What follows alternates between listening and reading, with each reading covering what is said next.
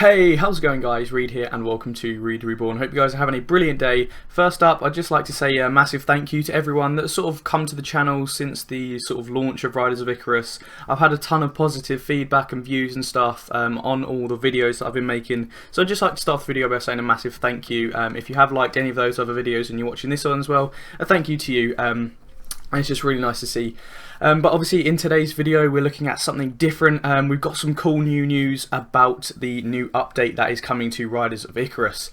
So in this video, well, on the Nexon site we sort of got a preview for the next patch. As we can see, the name of this patch is called the Blight of Frostkeep.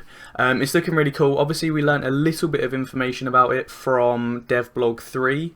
And basically just in this video we're going to be going through the sort of 2 pages that they released regarding this update and just what we can expect. So if we just carry on with this page, scroll down slightly, we can see that the update is coming in next week. So that is really cool. They posted this on the 20th of July. I'm only a couple of hours late, so it's the 21st for me. But yes, they posted it on the 20th of July, so we can expect this update in a week, which will be the 27th, I believe. And I'll back that up with something else a little bit later. But the main thing from this patch is the fact that we're going to be getting a level cap increase up to level 35. So obviously if you're not level 25 at the moment, you're new to the game or something, try and get up your character as quick as possible to 25 in the next week or so, so you can hop straight into the action when the patch drops and get straight up to level 35. So that is the first thing. Obviously we're going to be traveling to new zones and stuff and just leveling up more quests and stuff like that. So here are the new zones. And the general area is called Parna's Coast, and there's a couple of different zones in this area. I forget what they're called. Again, devblog 3 explains them all, but obviously in that we're going to be looking at sort of different sort of climates, different looks and stuff like that, and obviously different enemies, different familiars and stuff like that. In these zones. So we got 2 little screenshots here of the different things we can expect. So you can see that they're like completely opposite, so it's just showing you areas in Parna's Coast are going to be completely different. But so anyway, yes, if we scroll down even further, we can see the Frostkeep, and it basically explains here that riders from level 28 and above can enter the Frostkeep. I'm not sure if this will be a dungeon. I think it probably will be, and basically this is sort of continuing on with the story. That Rondo guy from the story that we were sort of playing through, obviously we couldn't kill him because he was way too strong, we just had to run away from him, but it looks like we're going to actually be facing him in the Frostkeep, and they just say like his abilities are going to be strong, he's going to can freeze you, slow your abilities down and stuff like that. So it's obviously sort of your typical icy moves in an MMO. And if we look at these screenshots, we can see some cool Ice Wolf. I'm not sure if that will be a whole new mount or just a skin, some icy skin, but it looks pretty cool. I'm definitely interested to do that, and that's only 3 levels into the new patch, so that is definitely something to look forward to. And then the next thing is Cavern of the Veil. Again, I think this will probably be a dungeon, but this one sounds kind of different because it says there's 4 different bosses in this, like, I don't know, dungeon instance thing, and it says you could fight one of like 4. It says you could fight a variety of bosses, and if you survive, it says be prepared to fight one of the following bosses if you survive the journey, and then lists 4 different bosses. So that's going to be quite cool. If we sort of, every time we go in there we have a different sort of instance, we fight a different boss. I'm really interested to see how that's going to work out. But obviously there is 4 bosses here, and Radan's Eye looks like one of the bosses, and that is in the left screenshot, it looks like that. And then it also says some rare familiars and stuff as well, so I'm guessing on the right that's some cool sort of tortoise turtle mount thing. I don't know if that's a whole new mount or a skin, but again, it looks really cool. And then if we just scroll down a little bit further, we can see that there's plenty of new familiars for us to tame, obviously with some whole new zones we can expect. I don't know really how many, but probably quite a few new mounts depending on how big the zones are. And these things look really cool actually. I really like the venomous Casper. I quite like the 4-legged things, and then Karas looks pretty beast as well, some massive horns. But that is everything that we got on this page. So obviously that is just a really quick preview. Devblog 3 gave us more information actually. So if you were looking for more information on the patch, I would definitely recommend checking out that.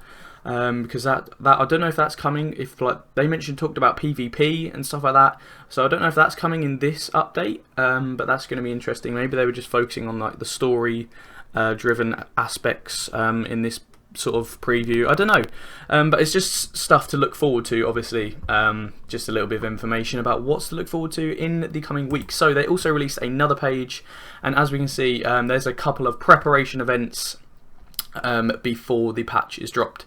So obviously, I think there's one event, two events, three events. Okay, so overall there's three events, sort of preparation events before the Blight of Frostkeep patch is dropped.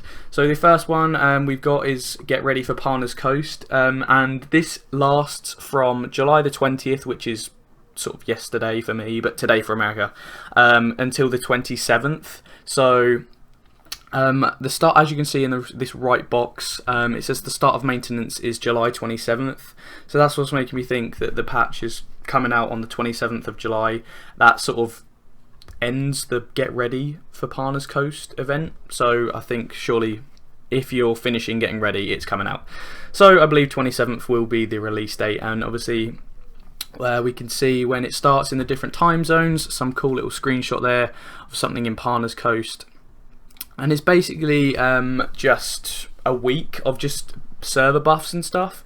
So as you can see, 50% increase in item drops, 20% increase in tempering success, 20% reduction in taming points consumption, and 20% increase in taming success. So that's obviously really nice. Just a week before, if you want to try boost some characters or try and get some drops and stuff like that, then definitely now is the time to try and go for it. Okay, so the next event we're looking at is the special attendance event, and this is pretty neat. Basically, it's just sort of encouraging you to sort of log in just before the event happens, and there's some pretty cool rewards for logging in. So as you can see, day 1 is just Ellen's. Day 2, we get a whole new mount called Pluto. Now this looks really cool. It's like some sweet unicorn.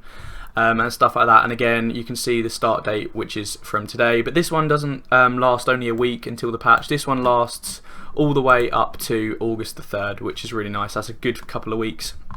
So yeah, day 2 is the Pluto mount, and then day 3 is the Rainbow Unicorn skin, and I know they were giving that away on their live stream to only a handful of people, but obviously now they're making that available for everyone, which is pretty neat. And then day 4, day 5 and day 6 and day 7 is just your typical sort of things that we've had already. And the final thing to look forward to, this one is only a week like the first one, not more than a couple of weeks. This one is an extractor discount event, and basically NPCs are going to be selling extractors for 20% off or 20% reduced.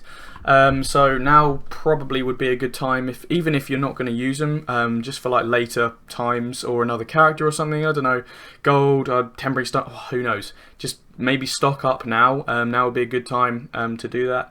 So it's pretty neat that we're going to be having all of these. I think now would be a pretty good time to stock up on the level 30 ones. I mean, obviously we can go above level 30, but all of the gear from like up to level 30 past level 25 that you can break down, that would be pretty good to use for them. So yeah, maybe stockpile on a couple of those, but just generally it makes everyone's time a little bit easier when you're sort of grinding for gear and tempering stones and stuff.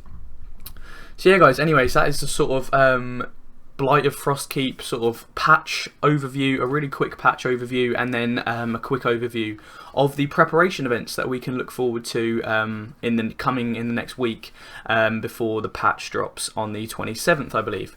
But anyways, thanks for watching this video. If you did enjoy, please feel free to hit that like, share and subscribe button for more Riders of Icarus videos in the future, and I'm sure I will see you again really soon.